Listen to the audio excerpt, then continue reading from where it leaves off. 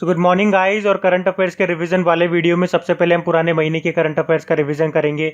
तो हमारा पहला प्रश्न क्या है, एमएचआरडी का नाम बदल करके क्या रख दिया गया है? तो आप सभी जानते हैं शिक्षा मंत्रालय कर दिया गया। अभी कैबिनेट ने नई राष्ट्रीय शिक्षा नीति 2020 को भी मंजूरी दे दी है और न्यू एजुकेशन पॉलिसी पे तो मैंने एक डेडिकेटेड सेपरेट वीडियो बना दिया है, तो आपने वो जरूर देखा होगा। और वैसे हमारे एमएचआरडी मंत्री है कौन? रमेश पोखरियाल निशंक। हरिद्वार इनका निर्वाचन क्षेत्र है। फिर एशियन इंफ्रास्ट्रक्चर इन्वेस्टमेंट बैंक के अध्यक्ष के रूप में किसे चुना गया? तो आंसर होगा जिन लीकन को।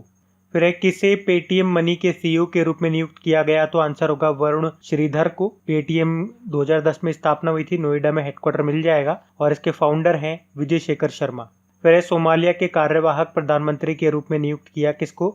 महदी मोहम्मद गुलेद को। सोमालिया की कैपिटल है मोगाडिशु और करेंसी है सोमाली शिलिंग।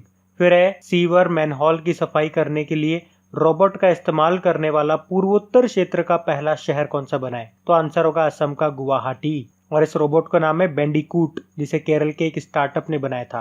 और पूर्वोत्तर क्षेत्र का तो पहला शहर बना है ये, लेकिन पूरे भारत में बात करेंगे तो तीसरा भारतीय शहर बना है। पहला गुरुग्राम, दूसरा कोयम्बटूर और तीसरा गुवाहाटी। फिर मानव तस्करी के विरुद्ध विश्व दिवस, day against trafficking in person, ये 30 जुलाई को मनाया हमने। फिर यूनाइटेड नेशन और इंटरनेशनल कॉन्फेडरेशन ऑफ एनजीओ ने करमवीर चक्र से सम्मानित किया किसको? सुनील वाईडीवी एसएस को। एसएस मोटिवेशन के संस्थापक हैं ये। फिर किसकी पुस्तक बर्न्ट शुगर को 2020 बुकर पुरस्कार की सूची में शामिल किया गया था? तो यह है अवनी दोषी की पुस्तक। फिर किसने भारत को $3 मिलियन का अनुदान देने को मंजूरी दे दी है? तो आंसर होगा एशियन डेवलपमेंट बैंक ने, कोविड-19 का मुकाबला करने के लिए। एशियन डेवलपमेंट बैंक की स्थापना 1966 में हुई। मनीला फिलीपींस में मिल जाएगा हेडक्वार्टर और इसके प्रेसिडेंट है मसात्सुको असाकावा। फिर पावर फाइनेंस कॉर्पोरेशन ने स्मार्ट ग्रिड टेक्नोलॉजी के लिए किस आईआईटी के साथ समझौता किया था? तो आंसर होगा आईआईटी कानपुर के साथ। तो पावर फाइनेंस कंपनी ने आईआईटी कानपुर के साथ स्मार्ट ग्रिड टेक्नोलॉजी में ट्रेनिंग, रिसर्च और एंटरप्रेन्योरशिप डेवलपमेंट के लिए ये समझौता किया था। बढ़ते हैं आगे। फिर किस राज्य में भारतीय रेलवे भारत का पहला केबल रेल ब्रिज बना रहा है? तो आंसर होगा जम्मू कश्मीर में, जिसका नाम है अंजी खड ब्रिज, जो रियासी और कटरा को आपस में जोड़ेगा, जिसकी लंबाई है 473.25 मीटर। फिर एशियन डेवलपमेंट बैंक ने किसे उपाध्यक्ष के रूप में नियुक्त किया? तो आंसर होगा अशोक लवासा को। अभी तक ये चुनाव आयुक्त थे। चलो आपके लिए प्रश्न, अशोक लवासा जैसे ही इन्होंने चुनाव आयुक्त के पद से इस्तीफा दे दिया तो नए चुनाव आयुक्त इनकी जगह पे कौन बने? ये प्रश्न है आपके लिए। एशियन डेवलपमेंट बैंक का हेडक्वार्टर मनीला फिलीपींस में है और इसके प्रेसिडेंट है मसात्सुको असाकावा। फिर इफ इट ब्लीड्स नाम की बुक को रिलीज किया गया, इसके लेखक कौन है? स्टीफन किंग हैं। फिर अफगानिस्तान में भारत के अगले राजदूत किसे बनाया गया? तो आंसर होगा रुद्रेंद्र टंडन को। अफगानिस्तान की कैपिटल काबुल है, करेंसी है अफगान अफगानी, प्रेसिडेंट है अशरफ गनी। अच्छा बताओ, बांग्लादेश में अभी भारतीय राजदूत कौन बने थे? वो तो आप जानते ही होंगे, विक्रम दुर्रई स्वामी। फिर विश्व युवा कौशल दिवस कब मनाया गया? वर्ल्ड यूथ स्किल डे 15 जुलाई को। थीम क्या थी उसकी? Skills for a resilient youth. फिर झारखंड सरकार ने परिवहन विभाग को डिजिटल भुगतान के लिए किस बैंक के साथ समझौता किया? एचडीएफसी बैंक के साथ में। तो अब झारखंड ट्रैफिक पुलिस के पास पॉइंट ऑफ सेल मशीन होगी, तो जैसे कि आपको फाइन भरना है तो डिजिटली आप भर पाओगे। फिर infra business leader of the year पुरस्कार से सम्मानित किया किसको? वेद प्रकाश दुदेजा को।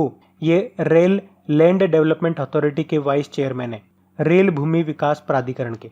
फिर यूनिसेफ इंडिया ने हैशटैग री इमेज कैंपेन के लिए किसके साथ समझौता किया? तो आंसर होगा फिक्की के साथ। फिक्की मतलब होता है federation of Indian chambers of commerce and industry. नई दिल्ली में हेडक्वार्टर है और इसके अध्यक्ष हैं संगीता रेड्डी। फिर किसने डिजिटल चौपाल का आयोजन किया? तो आंसर होगा नाबार्ड ने।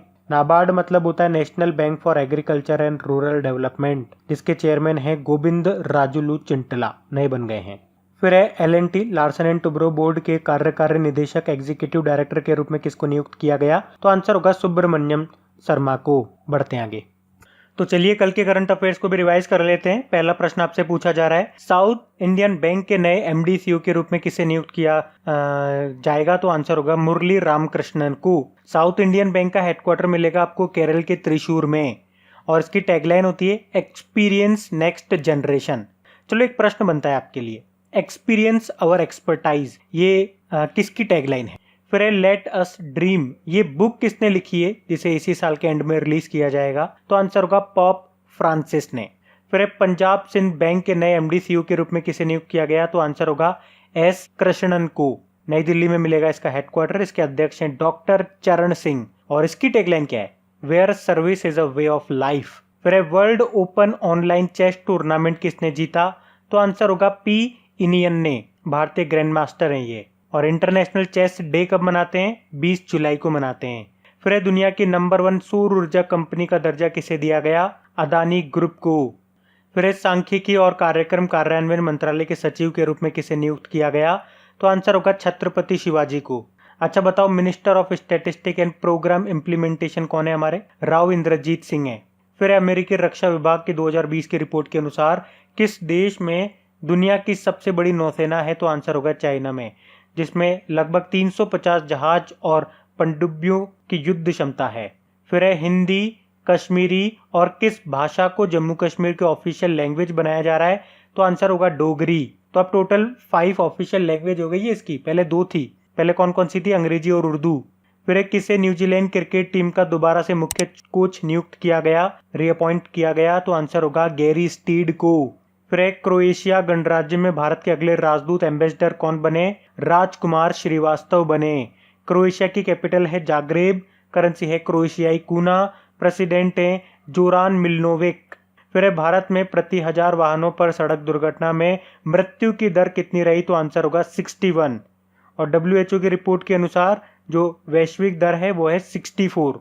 फिर नवंबर 2020 में शंघाई कोऑपरेशन ऑर्गेनाइजेशन की सरकारों के प्रमुख यानी कि हेड्स ऑफ गवर्नमेंट की समिट कहाँ पे होगी, तो भारत में होगी। भारत इसको होस्ट करेगा। शंघाई कोऑपरेशन ऑर्गेनाइजेशन का हेडक्वार्टर आपको मिलेगा बीजिंग, चाइना में। इसके सेक्रेटरी जनरल हैं व्लादिमीर नोरोव। बढ़ते हैं आगे। तो चलिए कुछ स्टडी क्वेश्चंस को भी देख लेते हैं। आपसे पूछा जा रहा है पहले, वर्ल्ड प्रेस फ्रीडम डे ये हमने कब मनाया, तो आंसर होगा 3 मई को। और इस बार की थीम क्या रही थी, जर्नलिज्म विदाउट फियर और फेवर। और आपसे पूछ लिया जाए, अगर वर्ल्ड प्रेस फ्रीडम इंडेक्स 2020 जो आया था उसमें भारत की रैंक क्या रही थी, 142 नंबर पे था भारत और टॉप पे था नॉर्वे। फिर है वर्ल्ड इंटेलेक्चुअल प्रॉपर्टी डे, ये हमने 26 अप्रैल को मनाया था। फिर है एनटीपीसी के अध्यक्ष कौन है, गुरदीप सिंह है। फिर टोक्यो ओलंपिक 2020 कब होंगे, तो ये 2021 में होंगे, आपको पता ही है। अच्छा एक और पॉइंट बताता हूँ, 2021 में आपके जो कॉमन यूथ गेम्स होने वाले थे उनको 2023 में शिफ्ट कर दिया गया। क्यों, क्योंकि टोक्यो ओलंपिक को 2021 में डाला गया। और फिर ये होंगे कहाँ पे 2021 में कॉमन यूथ गेम्स, ये त्रिनिदाद और टोबैगो में होंगे जो कि एक द्वीपीय देश है। उसके अलावा इसी कारण से मतलब सेम रीजन रहा है टोक्यो ओलंपिक को 2021 में डालने का रीजन। तो 2021 में जो वर्ल्ड गेम्स होने वाले थे अब उनको भी आगे शिफ्ट कर दिया गया 2022 में, क्योंकि तारीखों का टकराव हो रहा था। और वर्ल्ड गेम्स ये आपके होंगे यूएसए के बर्मिंघम में। फिर यस बैंक की टैगलाइन क्या है, एक्सपीरियंस अवर एक्सपर्टीज। और यस बैंक की स्थापना वैसे 2004 में हुई थी, मुंबई में हेडक्वार्टर मिलेगा। इसी साल इसके नए एमडी सीईओ बने थे जिनका नाम है प्रशांत कुमार। और CRO चीफ रिस्क ऑफिसर मुख्य जोखिम अधिकारी भी बने थे जिनका नाम है नीरज धवन। फिर एक क्लाउडेड लेपर्ड नेशनल पार्क ये आपको मिलेगा त्रिपुरा में। और ये जो क्लाउडेड लेपर्ड है ना, ये स्टेट एनिमल है आपका मेघालय का, ऐसे भी याद रखो। फिर HDFC बैंक की टैगलाइन क्या है, वी अंडरस्टैंड योर वर्ल्ड। अभी आपको याद होगा HDFC बैंक ने सेफ्टी ग्रिड नाम से एक अभियान भी शुरू किया था और हैशटैग हम हार नहीं मानेंगे एक सॉन्ग भी रिलीज किया था। और इसके MD CEO का नाम है आदित्य पुरी और आपको मुंबई में मिलेगा इसका हेडक्वार्टर। फिर रशिया के प्रधानमंत्री का नाम बताओ, मिखाइल मिशुस्टिन है। रशिया की कैपिटल मॉस्को है, करेंसी है रूबल, प्रेसिडेंट है व्लादिमीर पुतिन। को याद होगा आर्कटिक जलवायु की निगरानी करने के लिए अपना पहला आर्कटिक M उपग्रह भी लॉन्च किया था रशिया ने। वर्ल्ड बैंक का हेडक्वार्टर बताओ, वॉशिंगटन DC में है। और वर्ल्ड बैंक के जो अध्यक्ष है उनका नाम है डेविड मालपास। और वर्ल्ड बैंक की MD CFO मतलब चीफ फाइनेंस ऑफिसर हैं, भारतीय मूल की हैं, अंशुला कांत।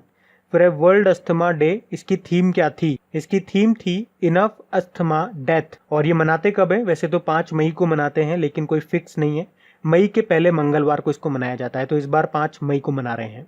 बढ़ते हैं आगे।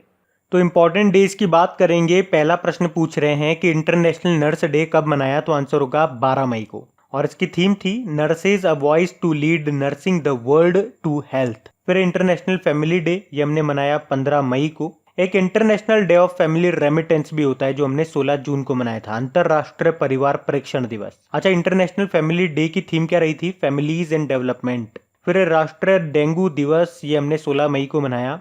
और 16 मई को सिक्किम का स्थापना दिवस भी होता है और 16 मई को ही इंटरनेशनल डे ऑफ लाइट भी हमने मनाया था। फिर है वर्ल्ड हाइपरटेंशन डे, विश्व उच्च रक्तचाप दिवस मनाया कब? 18 मई को, जिसकी थीम थी measures your blood pressure, control it, live long. फिर इंटरनेशनल म्यूजियम डे, ये हमने 18 मई को मनाया। इसकी थीम थी museum for equality, diversity and inclusion. फिर है विश्व माप विज्ञान दिवस, वर्ल्ड मेट्रोलॉजी डे, ये 20 मई को मनाया, जिसकी थीम थी मेजरमेंट्स फॉर ग्लोबल ट्रेड। फिर विश्व मधुमक्खी दिवस, ये हमने 20 मई को ही मनाया। इसकी क्या थीम थी? इसकी थीम रही थी बी एंगेज्ड। फिर अंतरराष्ट्रीय जैव विविधता दिवस, international day of biological day, ये हमने 22 मई को मनाया था। इसकी क्या थीम थी? Our solution are in nature. फिर वर्ल्ड थायराइड डे, ये 25 मई को मनाया। और थायराइड से याद रखना, हाँ, सबसे बड़ी जो अंतःस्रावी ग्रंथि होती है, एंडोक्राइन ग्लैंड होती है, वो थायराइड ही होती है। फिर वर्ल्ड हंगर डे, ये हमने 28 मई को मनाया। और अगर मैं आपसे पूछूं लास्ट टाइम जो वर्ल्ड हंगर इंडेक्स 2019 आया था, उसमें भारत की रैंक क्या थी? 102 नंबर पे था भारत। और टॉप पर पे तो टोटल 17 देश थे, तो आप भारत याद रखो, भारत 102 पे था।